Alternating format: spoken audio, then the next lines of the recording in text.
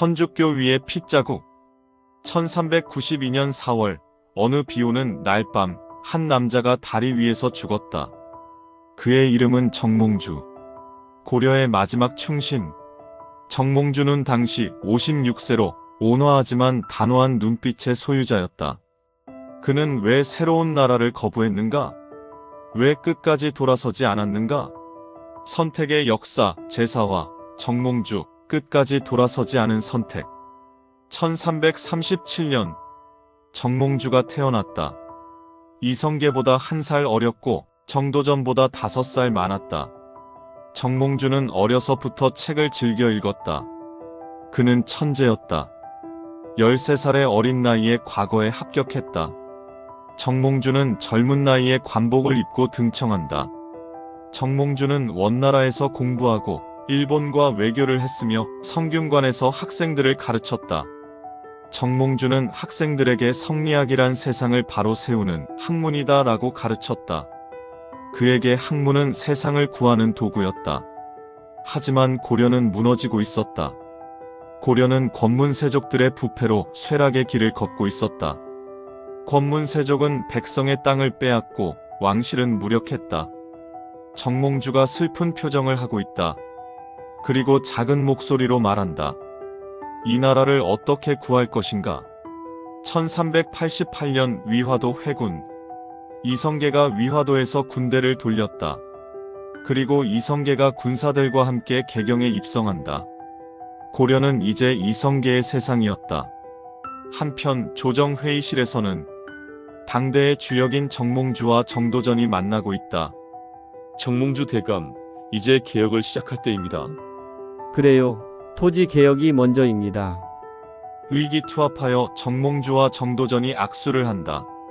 처음에 정몽주와 정도전은 같은 길을 가고 있었다. 두 사람은 뜻을 같이하여 과전법을 시행한다. 토지 대장 문서를 정리한다. 정몽주가 정도전에게 말한다.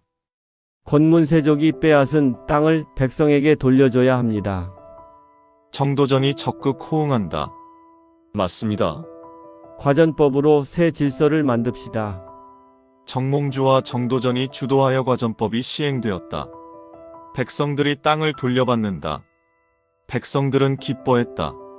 정몽주가 백성들이 기뻐하는 모습을 바라보면서 만족스러운 표정을 짓는다. 그리고 작은 목소리로 말한다.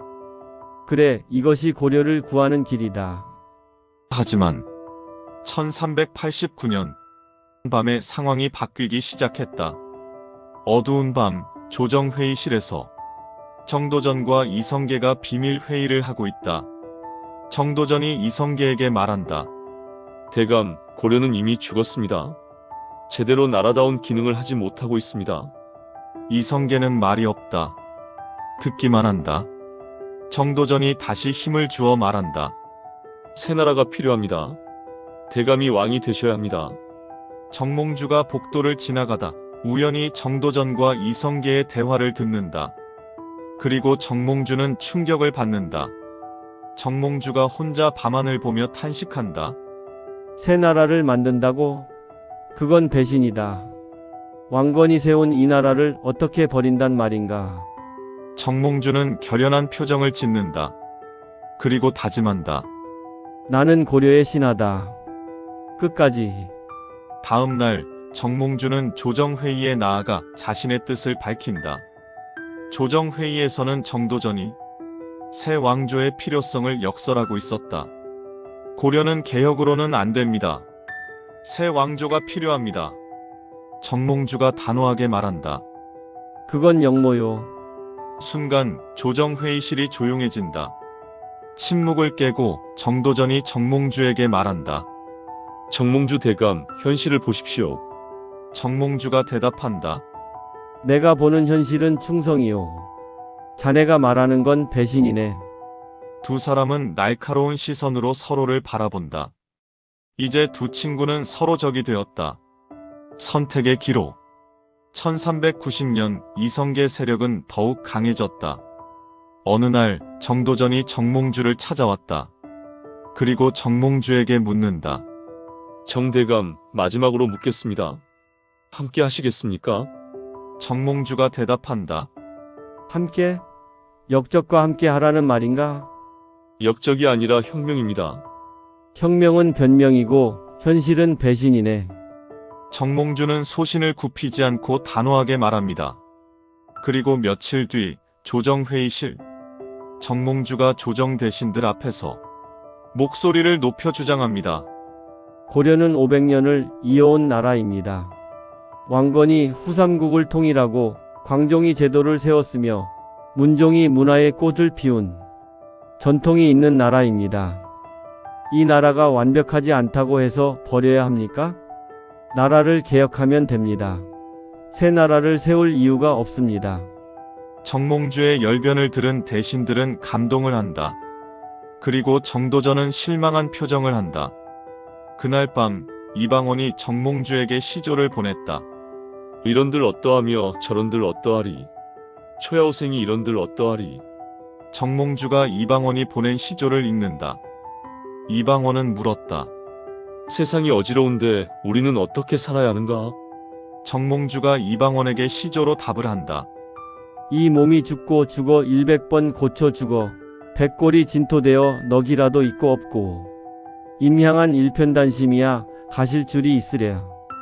이방원은 정몽주의 시조를 읽고 눈물을 흘린다. 정몽주는 시조로 답했다. 나는 100번 죽어도 충성을 바꾸지 않겠다. 이방원과 정몽주는 완전한 결별을 한다. 이방원은 자리를 박차고 일어나면서 말한다. 정몽주 대감, 후회하실 겁니다. 이방원의 말에 정몽주 대감이 큰 소리로 말한다. 후회는 배신자가 하는 것이오. 이방원은 뒤돌아보지 않고 문을 나섰다. 그리고 두 사람은 다시는 만나지 못했다. 1391년 정몽주는 정도전과 이성계 세력에 맞서 싸웠다. 정몽주가 상소문을 작성한다. 이성계는 역적이다. 그를 처벌해야 한다. 정몽주는 우왕에게 상소를 하고 조정 대신들을 설득했다. 이 소식을 들은 이성계가 분노한다. 정몽주가 나를 역적이라 했다고? 정몽주는 왕의 명을 받아 사신으로 명나라로 갔다. 정몽주는 명나라 황제 앞에서 말한다. 황제 폐하 고려는 명나라의 충실한 속국입니다. 이성계는 역적입니다. 이성계를 왕으로 인정하지 말아 주십시오. 명나라 황제는 고민했다. 정몽주의 논리가 설득력이 있었다. 1392년 이성계는 위기에 몰렸다. 이성계가 집무실에서 정도전과 대화를 한다. 정몽주가 명나라에서 무슨 말을 했는지 모르겠지만 상황이 나빠지고 있다. 정도전이 옆에서 말한다. 대감, 정몽주를 제거해야 합니다. 이성계가 망설이며 대답한다. 아니, 그는 나의 오랜 동료다.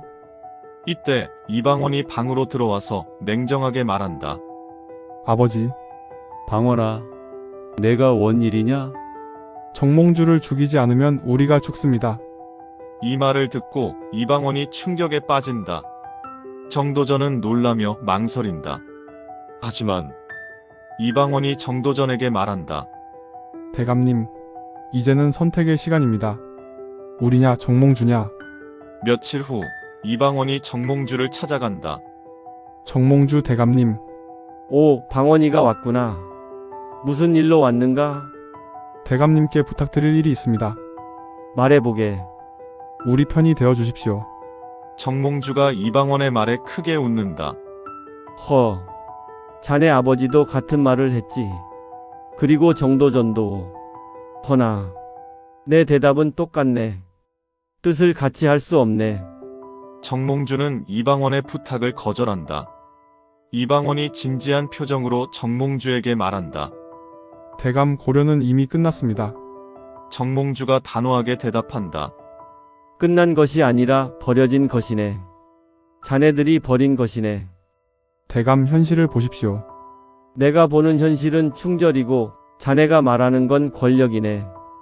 이방원이 차가운 미소를 띠며 정몽주에게 묻는다. 충절로 세상을 바꿀 수 있습니까?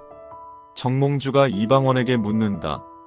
그럼 권력으로 의리를 지킬 수 있다고 생각하는가? 조정회의에서는 대신들 간의 대립이 격화된다. 정몽주가 나서서 큰 소리로 말한다. 이성계는 역적입니다. 처벌해야 합니다. 이방원이 일어나서 큰 소리로 말한다. 정몽주 대감이 고집으로 나라를 망치고 있습니다. 내가 지키려는 건 나라다. 자네가 망치려는 것도 나라다. 대신들이 동요한다. 조정은 둘로 나뉘었다. 1392년 3월 전국의 소용돌이 속에 정몽주의 측근 조영규가 암살당하는 일이 벌어진다. 정몽주가 조영규의 시신 앞에서 오열한다. 조영규, 내 친구. 자네가 먼저 가는구먼. 이방원이 이 모습을 멀리서 지켜본다. 누가 조영규를 죽였는지는 명확했다. 정몽주가 혼자 밤에 잠을 이루지 못하고 있다. 조영규가 죽었다. 다음은 나다. 정몽주가 결심을 한다. 하지만 나는 돌아서지 않는다. 끝까지. 1392년 4월 4일 운명의 날이 왔다. 이방원의 집무실. 이방원이 비장한 목소리로 측근에게 말한다. 오늘 밤이다. 이방원의 측근인 조용무가 대답한다. 준비되었습니다. 이성계의 저택에서 연회가 벌어진다. 이성계가 정몽주를 연회에 초대했다. 정몽주가 연회장으로 들어온다. 이성계가 정몽주를 반갑게 맞이한다. 정대감 어서 오시게. 불렀으니 왔습니다. 이성계가 정몽주에게 술을 따르며 말한다. 우리 오랜 세월을 함께 했지 않았나? 네, 함께 했습니다. 그런데 이제 대감은 다른 길을 가려 하시는군요. 이성계가 진지한 표정으로 정몽주에게 말한다. 정대감 마지막으로 묻겠소. 함께 갈 수 없겠소? 정몽주가 단호하게 말한다. 함께 갈 수 없습니다. 왜요? 저는 고려의 신하입니다. 끝까지. 이성계가 슬픈 표정으로 말한다. 그렇다면 어쩔 수 없군요. 늦은 밤 정몽주는 연회를 나섰다. 그리고 말을 타고 집으로 향한다. 그리고 선죽교 앞에 이르렀다. 선죽교 앞에는 이방원과 자객들이 대기하고 있었다. 이방원이 어둠 속에서 나타나 정몽주에게 말한다. 정몽주 대감. 정몽주가 뒤를 돌아보며 이방원을 발견한다. 방원. 이번이 마지막 기회입니다. 우리 편이 되십시오. 정몽주가 낮은 목소리로 답을 한다. 나는 함께 할 수 없다. 거절한다. 정몽주가 대답을 하자 이방원이 어둠 속에서 손신호를 보낸다. 신호와 동시에 자객들이 나타났다. 죽여라. 조영무가 철퇴를 휘둘렀다. 정몽주가 쓰러진다. 정몽주는 선죽교 위에서 죽었다. 정몽주의 나이 56세였다. 이방원이 차가운 표정으로 쓰러져 있는 정몽주를 바라본다. 그리고 수하들에게 명령한다. 가자. 비 내리는 선죽교 위에 쓰러진 정몽주, 그의 피는 돌다리에 스며들었다. 그리고 지워지지 않았다. 백성들은 고려의 마지막 충신이 떠나감을 안타까워하며 정몽주의 죽음을 슬퍼하였다. 정몽주의 죽음을 계기로 조정은 이성계의 세력이 장악을 하게 되었다. 1392년 7월 이성계가 왕이 되었다. 그리고 조선이 건국되었다. 정도전은 정몽주를 떠올리며 슬퍼한다. 정몽주. 미안하네. 시간이 흘러 20년 후 이방원은 왕이 되었다. 태종이었다. 태종이 된 이방원이 선죽교를 찾아왔다. 이방원이 조용한 목소리로 말한다. 정몽주 대감. 제가 옳았습니까? 아니면 대감이 옳았습니까? 태종 이방원이 눈물을 흘린다. 정몽주. 그는 배신자가 되지 않았다. 그는 500년 동안 조선 선비들의 롤 모델이 되었다. 백성들은 선죽교를 찾아 정몽주를 추모한다. 끝까지 돌아서지 않는 것. 그것이 정몽주가 남긴 것이었다. 그는 옳았는가? 고려를 지키려 한 것이 맞았는가? 아니면 정도전처럼 새 나라를 세워야 했는가? 정몽주와 정도전. 역사는 답하지 않는다. 다만 우리에게 선택을 요구할 뿐이다. 그날 역사는 갈라졌다. 선택을 해야 했던 사람들의 기록이다. 선택의 역사 제사와 정몽주, 끝까지 돌아서지 않은 선택. 시즌 1을 끝내고 다음 영상부터는 시즌 2, 태종 시기의 이방원, 선택을 지우는 남자를 이어가겠습니다. 댓글에 여러분의 의견을 올려주세요. 여러분과 함께 소통하며 선택의 역사를 만들어 가겠습니다. 구독과 좋아요를 눌러주시면 영상을 만들어 가는데 큰 힘이 될 것입니다. 감사합니다.